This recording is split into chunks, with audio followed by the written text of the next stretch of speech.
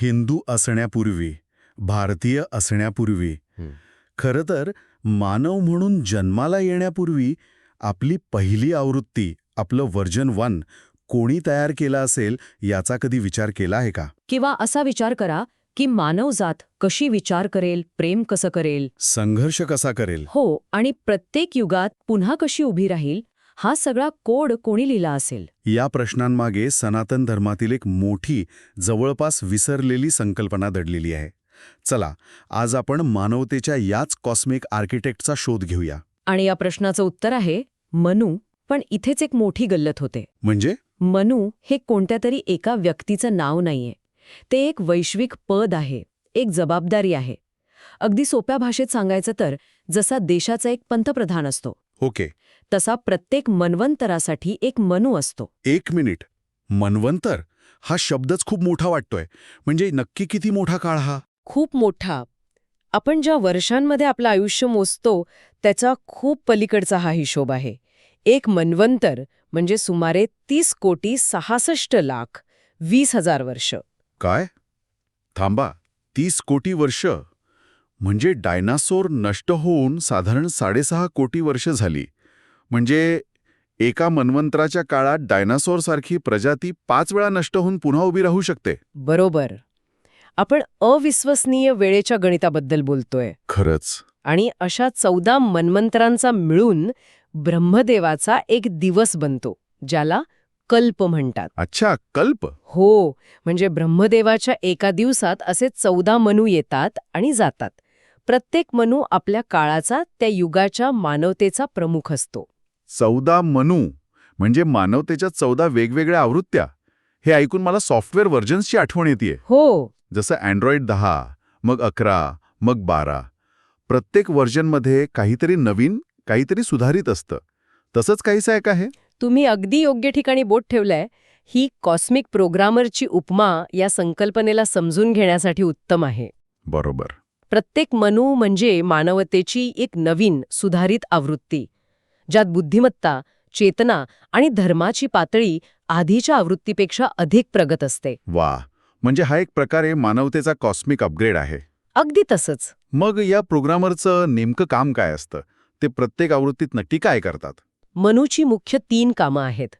पहिलं आणि सर्वात महत्त्वाचं म्हणजे मानवी संस्कृतीची मुळं तयार करणे. मुळं तयार करणे म्हणजे? म्हणजे असं की प्रत्येक मन्वंतराच्या शेवटी एक मोठा प्रलय येतो, ज्यात जवळपास सगळं नष्ट होतं. त्यानंतर येणारा नवीन मनू शून्यापासून सुरुवात करतो. तो भाषा, शेती, सामाजिक रचना, कायदे, कला. अच्छा, म्हणजे सगळं काही पुन्हा नव्याने. हो, या सगळ्या गोष्टींची पुन्हा स्थापना करतो. म्हणजे तो एका नव्या संस्कृतीचा पाया घालतो. म्हणजे प्रत्येक कॉस्मिक रिसेट नंतर पुन्हा एकदा सिस्टम इन्स्टॉल करण्याचं काम. बरोबर.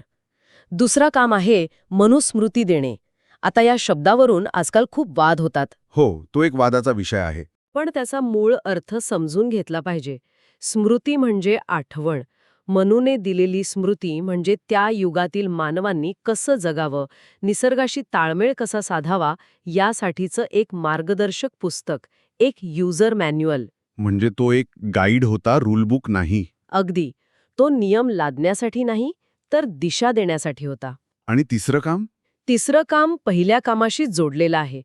प्रलयानंतर मानवतेची पुनर्बांधणी करणे.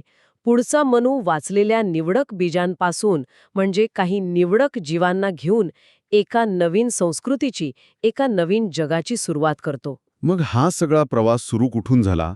मानवतेचा पहिला प्रोटोटाईप कोणी तयार केला? पहिला मनू कोण होता? पहिला मनू म्हणजे स्वयंभू मनू. स्वयंभू म्हणजे जो स्वतः निर्माण झाला. अच्छा. ब्रह्मदेवाच्या मनातून थेट निर्माण झालेलं हे पहिलं मानवी जोडपं होतं, स्वयंभू मनू. आणि त्यांची पत्नी शत्रुपा. ते मानवतेचा मूळ नमुना होते. त्यांच्यापासूनच पहिल्या मानवी वंशाची सुरुवात झाली. ती मानवतेच्या जागृतीची, अवेकनिंगची सुरुवात होती. बरोबर. आणि आपण या 14 व्हर्जन्सपैकी कोणत्या व्हर्जनमध्ये येतो? इथेच ही गोष्ट कदाचित जास्त वैयक्तिक आणि रंजक होत असावी. हो, नक्कीच. आपण सध्या 7व्या मनूच्या काळात आहोत. आणि ह्या 7व्या मनूचं नाव आहे वैवस्वत मनू. वैवस्वत मनू. हो. आणि एक गोष्ट ऐकली तर कदाचित धक्का बसेल. आज ह्या जगात अस्तित्वात असलेला प्रत्येक माणूस, मग तो कोणत्याही देशाचा, धर्माचा किंवा वंशाचा असो, हं, तो वैवस्वत मनूच्या वंशज परंपरेतील आहे. ते आपले सांस्कृतिक पिता आहेत. एक मिनिट. काय म्हणते तुम्ही? म्हणजे आत्ता हे ऐकणारा प्रत्येकजण, मी, तुम्ही, आपण सगळे एकाच मूळ पुरुषाचे वंशज आहोत. हो, मग हा जो धर्म, वंश, देशावरून आपण भेद करतो, तो तर किती वरवरचा झाला. आपली मूळ ओळख तर एकच आहे. वैवस्वत मनूची मुलं, ही कल्पनाच कितीतरी भिंती तोडून टाकते, की नाही? हीच तर खरी ओळख आहे, जी आपण विसरलो आहोत. वैवस्वत मनू, जे सूर्यदेवाचे पुत्र होते, त्यांनी मत्स्य अवताराच्या मदतीने एका महाप्रलयातून मानवतेच्या बीजांना वाचवलं. अच्छा, ती महापुराची प्रसिद्ध कथा. हो, तीच. आणि त्यांनीच या नव्या युगाची, आपल्या युगाची पुनर्बांधणी केली. आपण ज्या जगात राहतो त्याचा पाया त्यांनी घातला. ही महापुराची घटना, ही केवळ एक कथा नाहीये, हे एका युगाचा अंत आणि दुसऱ्याची सुरुवात आहे. तुम्ही ज्या पद्धतीने वर्णन करत आहात ते ऐकून माझ्या डोळ्यासमोर एक चित्र उभं राहतंय. हां, महासागर अक्षरशः आकाशाला भिडायला निघाले होते. मोठमोठे डोंगर पाण्याखाली जात होते. वारा एखाद्या हिंस्र प्राण्यासारखा गरजत होता. संपूर्ण जग विखुरले होते, तुटत होते, आणि त्या प्रलयात सोन्याचे शिंग असलेले एका दिव्य अवताराने मार्ग दाखवलेली एकच नाव होती. ज्यात भविष्यातील संपूर्ण मानवतेचं बीज होतं. तो एका युगाचा शेवट आणि आपल्या युगाची सुरुवात होती. आणि हेच नाट्यमय वर्णन आपल्याला दाखवतं की प्रत्येक मनवंतर हे एका मोठ्या बदलातून, एका प्लॅनेटरी रिबूटमधून जातं. वैवस्वत मनूने त्या नावेतून फक्त काही जीव वाचवले नाहीत, तर त्यांनी ज्ञान, संस्कृती आणि धर्म वाचवला. तोच वारसा आज आपल्यापर्यंत पोहोचला आहे. म्हणजे हे चक्र अजूनही थांबलेलं नाही. आपण 7व्या आवृत्तीत आहोत, पण सॉफ्टवेअर डेव्हलपमेंट अजूनही सुरू आहे. मग भविष्याचं काय? पुढच्या आवृत्त्यांबद्दल काही माहिती आहे का? होय, आणि यातच सनातन शास्त्रांचे रहस्य आणि त्यांची विशालता दडलेली आहे. हे थक्क करणार आहे. म्हणजे आपल्या धर्मग्रंथांमध्ये फक्त भूतकाळातीलच नाही, तर भविष्यात येणाऱ्या मनूंची नावे आणि त्यांचं कार्य आधीच दिलेलं आहे. काय सांगताय? म्हणजे भविष्यात कोण येणार आहे हे अब्जावधी वर्षांपूर्वीच लिहून ठेवलंय. हो, हे तर कोणत्याही सायन्स फिक्शन चित्रपटापेक्षा जास्त रंजक आहे. कोण आहेत पुढचे मनू? आपल्यानंतर म्हणजे 8वे मनू असतील सावर्णी मनू. सावर्णी मनू. हो, त्यानंतर 9वे दक्ष सावर्णी, 10वे ब्रह्म सावर्णी, 11वे धर्म सावर्णी, 12वे रुद्र सावर्णी, असे 14व्या मनूपर्यंतचे संपूर्ण वर्णन आपल्याला पुराणांमध्ये सापडतं. हे अविश्वसनीय आहे. यावरून सनातनी कालमापन किती अचूक आणि विस्तृत आहे याचा अंदाज येतो. हे काही हजार वर्षांचं नाही, तर कोट्यावधी वर्षांचं नियोजन आहे. अगदी बरोबर. ब्रह्म सावर्णी, रुद्र सावर्णी या नावांवरूनच त्या युगांची वैशिष्ट्य काय असतील याचा अंदाज येतो की नाही? हो, म्हणजे एका युगात ब्रह्माच्या सृजनशीलतेचा, तर दुसऱ्या युगात रुद्राच्या परिवर्तनाच्या शक्तीचा प्रभाव असेल. ही तर भविष्याची झलकच आहे. बरोबर. हे सगळं ऐकून डोकं चक्रावतंय. कोट्यावधी वर्षांची गणितं, मानवतेच्या 14 आवृत्त्या, भविष्यातील शासकांची नावं, हे सगळं ऐकायला भारी वाटतं, पण खूप दूरचं वाटतं. या प्राचीन ज्ञानाला आपण आजच्या आयुष्याशी कसं जोडायचं, याचा आपल्यासाठी आजच्या काळात काय अर्थ आहे? याचा खूप खोल आणि थेट संबंध आहे. ही केवळ ऐतिहासिक माहिती नाहीये. मग काय आहे? यामागे एक गूढ आध्यात्मिक अर्थ दडलेला आहे. हे 14 मनू केवळ काळाचे शासक नाहीत, तर ते मानवी चेतनेच्या 14 वेगवेगळ्या स्तरांचे, 14 वेगवेगळ्या फ्रिक्वेन्सीचे प्रतीक आहेत. ओके, हे जरा विस्तारनं सांगा. कॉस्मिक सायकोलॉजीसारखं वाटतं हे. 14 फ्रिक्वेन्सीज म्हणजे? ती मानसिक आणि आध्यात्मिक सुद्धा आहे. आपण ज्या जगात राहतो, आपली जगाकडे बघण्याची पद्धत, आपले विचार, आपली भावना करण्याची क्षमता, हे सगळं आपल्या सध्याचा मनूच्या फ्रिक्वेन्सीने प्रोग्राम केलेलं आहे. म्हणजे प्रत्येक मनू हा एक वेगळा रियालिटी चॅनल सुरू करतो आणि आपण सगळे तोच चॅनल बघत असतो. उत्तम उपमा आहे. उदाहरणार्थ, पहिला मनू स्वयंभू हा जागृतीचा काळ होता, चेतनेची पहिली ठिणगी. चौथा मनू तामस मनू नावाप्रमाणेच अंधाराचा, अज्ञानाचा काळ होता. तो चेतनेच्या प्रवासातील शॅडो फेज दर्शवतो. आणि आपण? आपला 7वा काळ? आपण 7व्या मनूच्या काळात आहोत, जो पुनर्जन्माचा किंवा रिबर्थचा काळ आहे. प्रलयानंतर पुन्हा नव्याने सुरुवात. आणि 14वा मनू हा पूर्ततेचा काळ असेल, जेव्हा मानवी चेतना तिच्या सर्वोच्च बिंदूपर्यंत पोहोचेल. म्हणजे आपण या वैश्विक प्रवासाच्या बरोबर मध्यावर आहोत. 7व्या पायरीवर. म्हणूनच कदाचित आपल्या काळात इतकं संघर्ष आणि इतकं स्थित्यंतर आहे.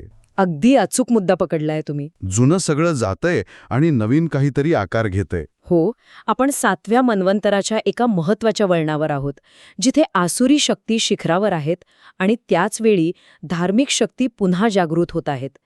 आजच्या तरुणांमध्ये जी ओळख गमावल्याची भावना आहे, जो गोंधळ आहे, संस्कृतीपासून दुरावा दिसतो. त्या सर्वांचं मूळ आपण कुठून आलो आहोत, आपलं मूळ काय आहे, हे माहीत नसण्यात आहे. आणि इथेच एक धक्कादायक सत्य समोर येतं, जे तुम्ही म्हणालात त्या गोष्टीला दुजोरा देतं. जेव्हा उर्वरित जग दगडांचा वापर कसा करायचा हे शिकत होतं, तेव्हा आपले पूर्वज 30 कोटी वर्षांची वैश्विक चक्र मोजत होते. बरोबर.